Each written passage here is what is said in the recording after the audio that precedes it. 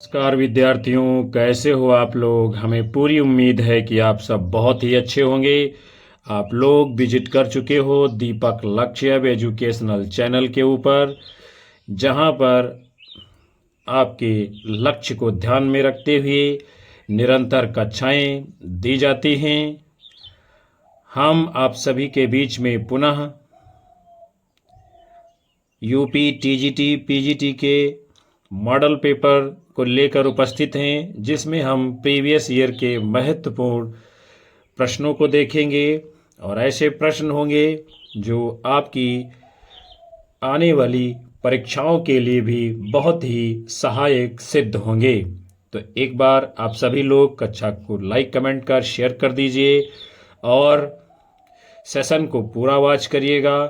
हम शुरुआत करेंगे आज के महत्वपूर्ण प्रश्न के साथ में। उसके पहले आप सभी से निवेदन है कि यदि आप में से कोई हमारे चैनल के ऊपर पहली बार आया है तो सब्सक्राइब कर लेना, बेल आइकन दबा लेना, ताकि आपको भी ऐसी ही महत्वपूर्ण कक्षाओं का नोटिफिकेशन मिलता रहे। पहला प्रश्न आपके सामने है। रस निष्पत्ति के संबंध में भट्ट लोलट का मत है। अनुमितिवाद, उत्पत्तिवाद, भुक्तिवाद, अभिव्यक्तिवाद। क्या होगा आपका उत्तर विद्यार्थियों? रस निष्पत्ति के संबंध में भट्ट लोलट के मत को क्या कहा जाता है? तो प्यारे विद्यार्थियों और साथियों, यदि आप सभी ने अपना उत्तर दिया है विकल्प बी उत्पत्तिवाद, तो बिल्कुल राइट माना जाएगा। यानी भट्ट लोलट के मत का नाम उत्पत्तिवाद है। इसको आरोपवाद भी कहा जाता है।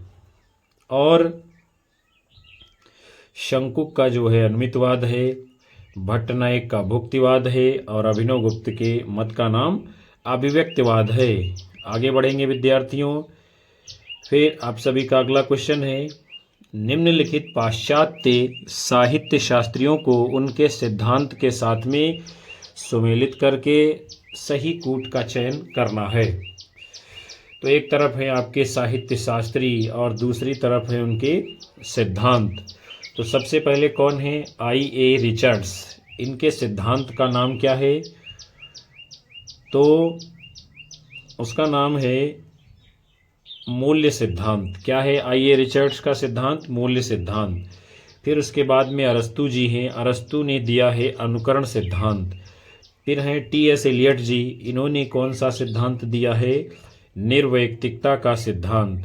फिर है कॉलरिज जी। इनके सिद्धांत का नाम है कल्पना का सिद्धांत। तो ये हुआ आपका सही मिलान। उसके बाद में हम लोग आगे देखते हैं कूट कौन सा सही होगा। तो वो है आपका विकल्प ए राइट आंसर माना जाएगा कूट के रूप में। और बाकी आपने अभी ऊपर देख ही लिया है सिद्धांत और उसका मिलान। इसलिए हम लोग जो है आगे बढ़ते हैं अगले क्वेश्चन की तरफ। कविता भाव का स्वच्छंद प्रवाह नहीं, भाव से पलायन है। व्यक्तित्व की अभिव्यक्ति नहीं, उससे मुक्ति का नाम है।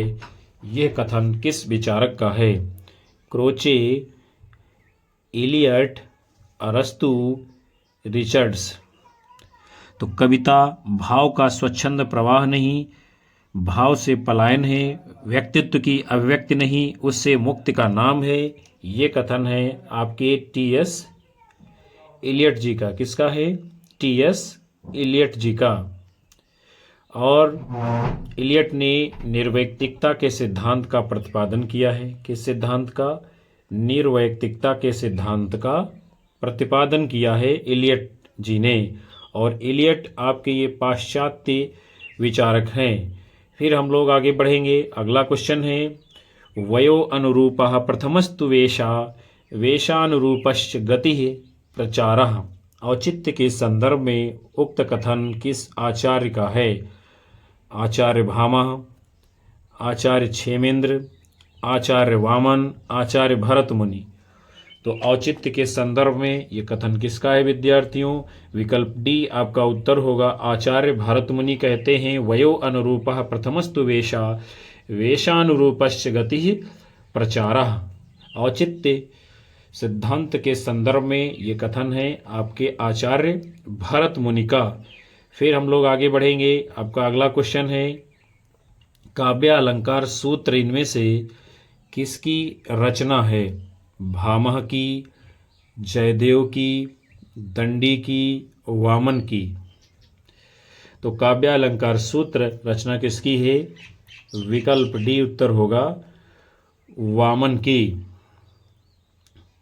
वामन ने स्वयं सूत्रों पर जो है वृत्ति भी लिखी है। वामन रीत संप्रदाय के प्रवर्तक आचार्य हैं। इनका समय 8वीं सदी का उत्तरार्ध माना जाता है। भामह जी ने काव्य अलंकार नामक ग्रंथ को लिखा है। जयदेव ने चंद्रालोक ग्रंथ को लिखा है और दंडी के ग्रंथ का नाम क्या है? काव्यादर्श। और ये सभी जो है काव्य शास्त्री प्रमुख ग्रंथ हैं। फिर आपका अगला क्वेश्चन है काव्य शोभाकरान धर्मान अलंकारान प्रचक्षते किस आचार्य का है? कथन ये मम्मट, दंडी, आचार्य वामन, आचार्य रुद्रट।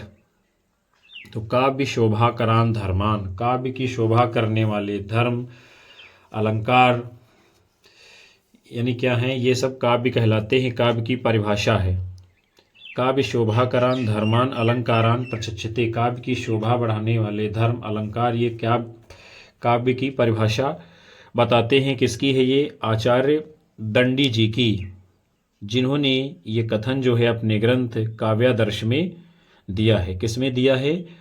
काव्यादर्श में। फिर जो है आचार्य मम्मट जी क्या कहते हैं? अंगाश्रितास्त्व अलंकारा मंतव्या कटका दिवत। ये कथन किसका है? आचार्य मम्मट का। फिर जो है अगला कथन है सादृश्य लक्षणा वक्रोक्ति। ये कथन किसका है? आचार्य वामन जी का।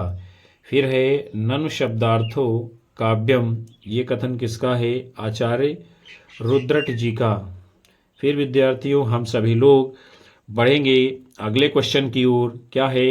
अदोषो सगुणो सालंकारो च शब्दार्थो काव्यम। ये कथन किस आचार्य का है?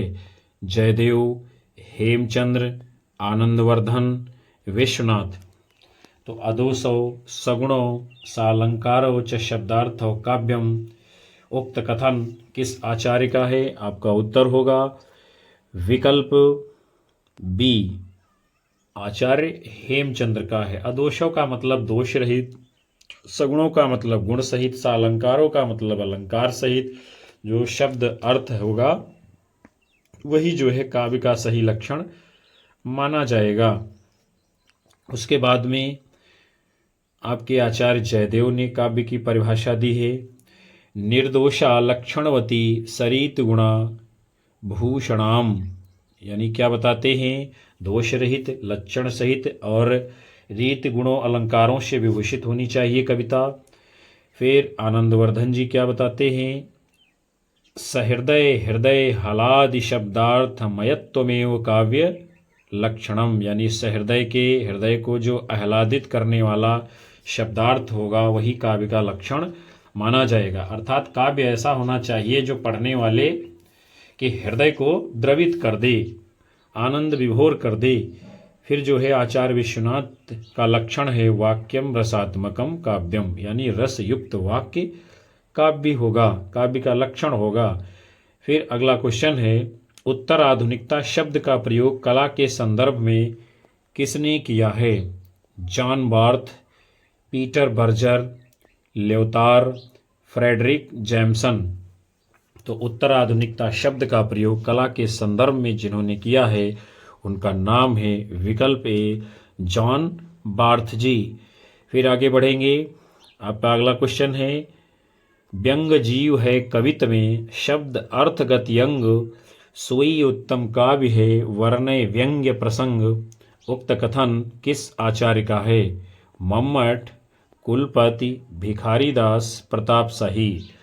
तो ये मत किसका है? प्रताप शाही जी का। वो कहते हैं व्यंग जीव है कवित्व में शब्द अर्थगत यंग सोई उत्तम काव्य है, वर्णय व्यंग्य प्रसंग। फिर अन्य आचार्यों के लक्षण दिए गए हैं। आचार्य भिखारी दास जी क्या बोलते हैं? रस व्यक्ति परिपक्वता जाने रसिक न और। रस व्यक्ति परिपक्वता जाने रसिक न और, ये लक्षण किसका है? भिखारी दास का। फिर कुलपति मिश्र जी क्या कहते हैं?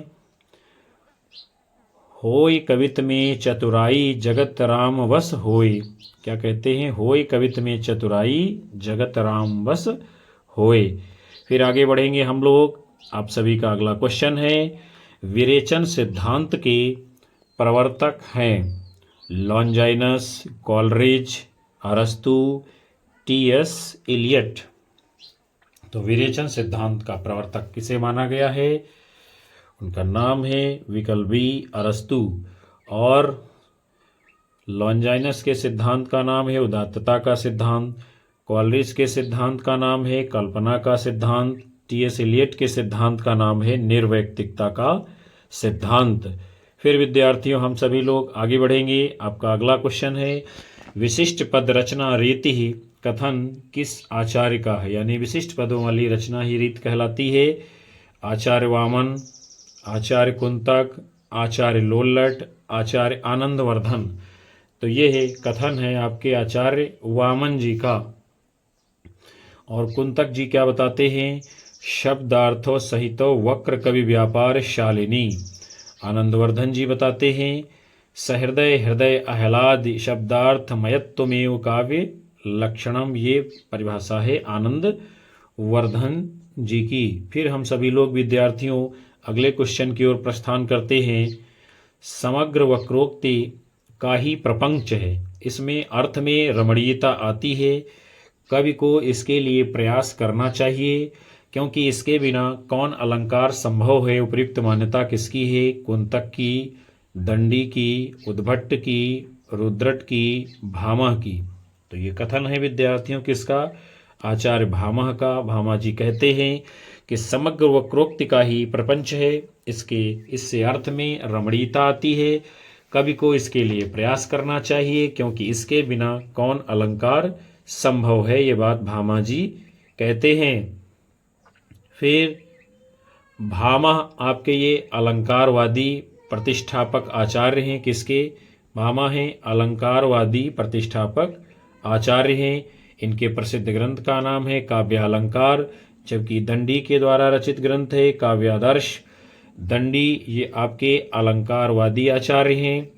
उद्भट जी के द्वारा रचित ग्रंथ है काव्यालंकार सार संग्रह, ये उद्भट भी अलंकारवादी आचार्य हैं। कुंतक आपके वक्रोक्त संप्रदाय के प्रतिष्ठापक आचार्य हैं और इनके ग्रंथ का नाम है वक्रोक्त जीवितम। भामह ने अलंकारों की संख्या 38 मानी है, उद्भट ने अलंकारों की संख्या 41 मानी है और दंडी ने अलंकारों की संख्या 39 मानी है। वामन ने अलंकारों की संख्या 32 मानी है और कुंतक जी ने अलंकारों की संख्या 20 मानी है। फिर हम सभी लोग अगले क्वेश्चन की ओर बढ़ेंगे। क्या है? अभिनव गुप्त का काव्य विद्या गुरु किसे माना जाता है? भट्ट नायक, भट्ट लोल्लट, आनंदवर्धन, श्री शंकुक, भट्ट तौत। तो अभिनव गुप्त का काव्य विद्या गुरु जो है किसे माना जाता है विद्यार्थियों? विकल्प ई भट्ट तौत हैं अभिनव गुप्त के काव्य विद्या गुरु। फिर आगे बढ़ेंगे। अभिनव गुप्त ने नाट्य शास्त्र की टीका अभिनव भारती के नाम से, किस नाम से? अभिनव भारती के नाम से। किसकी टीका है? नाट्य शास्त्र की। ध्वन्यालोक की टीका ध्वन्यालोक लोचन के नाम से, तथा काव्य कौस्तुभ की टीका काव्य कौस्तुभ विवरण के नाम से।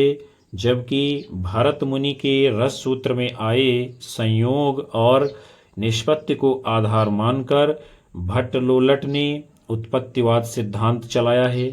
भट्टनायक जी ने भुक्तिवाद सिद्धांत का प्रतिपादन किया है। शंकुक जी ने अन्मितवाद सिद्धांत प्रतिपादित किया है और आनंदवर्धन जी ने ध्वनि सिद्धांत का प्रतिपादन किया है।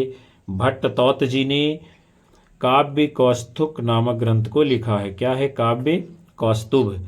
फिर हम लोग आगे बढ़ेंगे। आपका अगला क्वेश्चन है नाट्यवेद हेतु ऋग्वेद, यजुर्वेद, सामवेद और अथर्ववेद से क्रमशः लिए गए हैं। पाठ्य गान अभिनय रस, पाठ्य रस गान अभिनय, पाठ्य अभिनय गान रस, पाठ्य अभिनय रस गान, पाठ्य रस अभिनय गान। तो नाट्यवेद हेतु ऋग्वेद से पाठ्य को लिया गया है, और फिर यजुर्वेद से अभिनय को लिया गया है, सामवेद से गान को लिया गया है, और अथर्ववेद से रस को लिया गया है। तब जाके नाट्य पंचम वेद ब्रह्मा जी ने निर्मित किया है। ये बात भरत मुनि कहते हैं, यानी कि विकल्प सी आपका सही उत्तर है। इस प्रकार से उसके बाद में ऋचाओं के क्रमबद्ध ज्ञान के संग्रह को ऋग्वेद कहा गया है। ऋचाओं के क्रमबद्ध ज्ञान के संग्रह को ऋग्वेद कहा गया है। ऋग्वेद में 10 मंडल हैं, 1028 सूक्त हैं, 10,462 ऋचाएँ हैं। चातुष्वर्ण समाज की कल्पना का आदि स्रोत जो है ऋग्वेद के 10वें मंडल में वर्णित पुरुष सूक्त है, जिसमें 4 वर्ण हैं, ब्राह्मण, क्षत्रिय, वैश्य, शूद्र। इस वेद से आर्य के राजनीतिक प्रणाली, इतिहास एवं ईश्वर की महिमा के बारे में जानकारी मिलती है। सामवेद में सोम यज्ञों में वीणा के साथ गाए जाने वाले सूक्तों को गेय पदों के रूप में सजाया गया है। अथर्ववेद जन साधारण में प्रचलित मंत्र तंत्र टोने टोटके का संकलन है। ऋग्वेद की ऋचाओं को पढ़ने वाले को होत्री कहते हैं, और सामवेद के पाठकर्ता को उदात्री कहा जाता है। फिर आप सभी का अगला क्वेश्चन है अभिव्यंजना के विषय में कौन सा कथन सही नहीं है। अभिव्यंजना मानसी चित्र है, ये बात सही है। सहजा अनुभूति ही अभिव्यंजना है, ये भी सही है। शब्द रेखा चित्र आदि अभिव्यंजना के उपकरण मात्र हैं, ये भी सही है। अभिव्यंजना ही कला का रूप है, ये भी बात सही है। जो सही नहीं है अभिव्यंजना के विषय में आपका उत्तर है विकल्प सी, यानी अभिव्यंजना की बाह्य अभिव्यक्ति अनिवार्य है। ये जो बाह्य अभिव्यक्ति है अभिव्यंजना की, ये अनिवार्य नहीं है, यही आपका सही उत्तर है। फिर आगे बढ़ते हैं हम लोग। अभिव्यंजना का सिद्धांत पाश्चात्य काव्यशास्त्री बेनेदेतो क्रोचे ने दिया है। क्रोचे के प्रसिद्ध ग्रंथ का नाम है एस्थेटिक। इसके 2 भाग हैं। प्रथम भाग में सौंदर्य शास्त्र का इतिहास है। क्रोचे अंतःप्रज्ञा, अभिव्यंजना और कला में अभेद संबंध बताते हैं तथा अभिव्यंजना को आत्मिक क्रिया भी माना है क्रोचे जी ने। फिर आप सभी का अगला क्वेश्चन है काव्यम ग्राह्यम अलंकारात सूत्र किसका है। भामह, रुद्रट, उद्भट, वामन, दंडी। तो काव्यम ग्राह्यम अलंकारात ये जो सूत्र है ये किसने दिया है विद्यार्थियों। आप सभी का उत्तर है विकल्प डी, आचार्य वामन जी कहते हैं काव्यम ग्राह्यम अलंकारात। फिर हम लोग आगे बढ़ते हैं। रीति को काव्य की आत्मा मानने वाले वामन ने कोई स्वतंत्र लक्षण नहीं दिया है, किंतु रीति वर्णन में उनके विचार उपलब्ध होते हैं। वामन ने सौंदर्यम अलंकार कहा है। काव्यम तु जायेत जातु कश्चित प्रतिभावतः। काव्य हेतु के संदर्भ में यह उक्ति जो है आचार्य भामह की है, और भामह जी विद्यार्थियों अलंकार संप्रदाय के प्रवर्तक माने जाते हैं, आप सभी लोग जानते हैं। फिर आगे बढ़ेंगे। आपका अगला क्वेश्चन है अरस्तु के अनुसार अनुकरण है। क्या है अरस्तु के अनुसार अनुकरण। नवसर्जन, प्रकृति की हूबहू नकल, कला का हेय रूप, नकल की नकल, असंभव। तो अरस्तु के अनुसार अनुकरण क्या है। विकल्प 1 उत्तर होगा आपका नव सर्जन। फिर अरस्तु ने प्रकृति की खामियों को छोड़कर केवल उसके सौंदर्य को ही काव्य के रूप में स्वीकार किया है। यानी प्रकृति की खामियों को छोड़कर केवल उसके सौंदर्य को ही काव्य रूप में स्वीकार किया है। अरस्तु ने अनुकरण और विरेचन सिद्धांत का प्रतिपादन किया है। अरस्तु के अनुसार कार्यरत मनुष्य अनुकरण का विषय है। अरस्तु ने सौंदर्य की पहली शर्त अनुपात को माना है। क्या माना है? सौंदर्य की पहली शर्त अनुपात को। फिर हम सभी लोग आगे बढ़ेंगे। आपका अगला क्वेश्चन है, अरस्तु के अनुसार विरेचन का परिष्कार करता है अंतर्वृत्तियों का, आत्मा, पाचन तंत्र, काव्यशैली, गणराज्य। तो अरस्तु के अनुसार जो विरेचन है वो किसका? विकल्प ए आपका उत्तर होगा, अंतर्वृत्तियों का परिष्कार करता है विरेचन। फिर आगे बढ़ते हैं। अरस्तु अनुकरण एवं विरेचन सिद्धांत के प्रवर्तक हैं। किसके? अनुकरण एवं विरेचन सिद्धांत के प्रवर्तक हैं अरस्तु जी। अरस्तु ने अपने काव्य शास्त्र में दुखांतक यानी कि त्रासदी का विरेचन किया है। अरस्तु ने पूर्ण कथानक उसी को माना है जिसमें आदि, मध्य, अवसान हो। अरस्तु के प्रमुख ग्रंथ का नाम है पेरिपोएटिकेस, टेखनेस, रिटोरिकेस। ये इनके प्रमुख ग्रंथ हैं। फिर हम सभी लोग आगे बढ़ेंगे। आपका अगला क्वेश्चन है, काव्यस्य आत्मा ध्वनि रीति बुधैर्यः समाम्नात् पूर्व इस्तस्याभावं जगद परे भाक्तमा हुस्तमन्ये। ये कथन इनमें से किस आचार्य का है? वामन, अभिनवगुप्त, आनंदवर्धन, मम्मट। तो ये कथन विद्यार्थियों किसका है? बड़ा ही महत्वपूर्ण है, आचार्य आनंदवर्धन का है। आनंदवर्धन जी क्या बताते हैं? काव्यस्य आत्मा ध्वनि रीति बुधैर्यः समाम्नात् पूर्व इस्तस्याभावं जगत परे भाक्तमा हुस्तमन्ये। फिर हम लोग आगे बढ़ेंगे। ध्वनि सिद्धांत के प्रणेता कौन है? आचार्य आनंदवर्धन। कौन है ध्वनि सिद्धांत के प्रणेता? आचार्य आनंदवर्धन। और इन्हीं का ये कथन है। आनंदवर्धन ने ध्वन्यालोक नामक ग्रंथ की रचना की है, जिसमें जो है ध्वनि को काव्य की आत्मा माना है। क्या माना है? ध्वनि को काव्य की आत्मा बताया है। उसके बाद में आचार्य कुंतक ने निम्नलिखित में से किसे वक्रोक्ति का एक भेद नहीं माना है? पद पूर्वार्ध वक्रता, कल्पना वक्रता, वर्ण विन्यास वक्रता, प्रबंध वक्रता। तो विद्यार्थियों, आचार्य कुंतक जी ने वक्रोक्ति का कल्पना कोई भी भेद नहीं माना है। यही आपका उत्तर है, कल्पना वक्रता। और जो आपके आचार्य कुंतक जी हैं वो वक्रोक्त के 6 भेद मानते हैं विद्यार्थियों। कितने भेद मानते हैं? वक्रोक्त के 6 भेद माने हैं। कौन कौन से वो 6 भेद हैं? वर्ण विन्यास वक्रता, फिर है पद पूर्वार्ध वक्रता, तीसरा है पद परार्ध वक्रता, चौथा है वाक्य वक्रता, पांचवा है प्रकरण वक्रता और छठा है प्रबंध वक्रता। यानी यही जो है 6 भेद वक्रोक्ति के माने हैं कुंतक जी ने।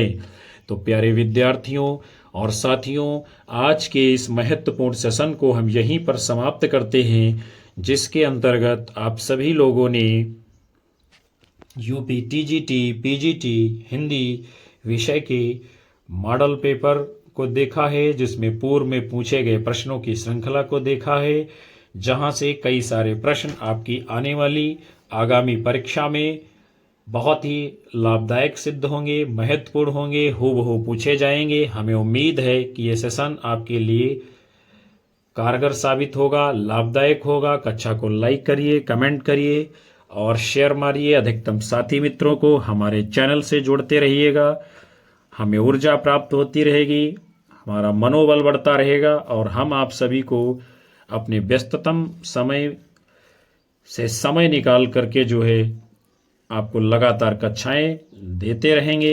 मिलेंगे आप सभी को फिर से अगले सेशन में। तब तक के लिए आप सभी को नमस्कार, जय हिंद, वंदे मातरम, बाय बाय, शुभ रात्रि। आप सभी लोगों को, विद्यार्थियों, बहुत बहुत धन्यवाद। आप सभी को पूरे समय तक कक्षा में बने रहने के लिए।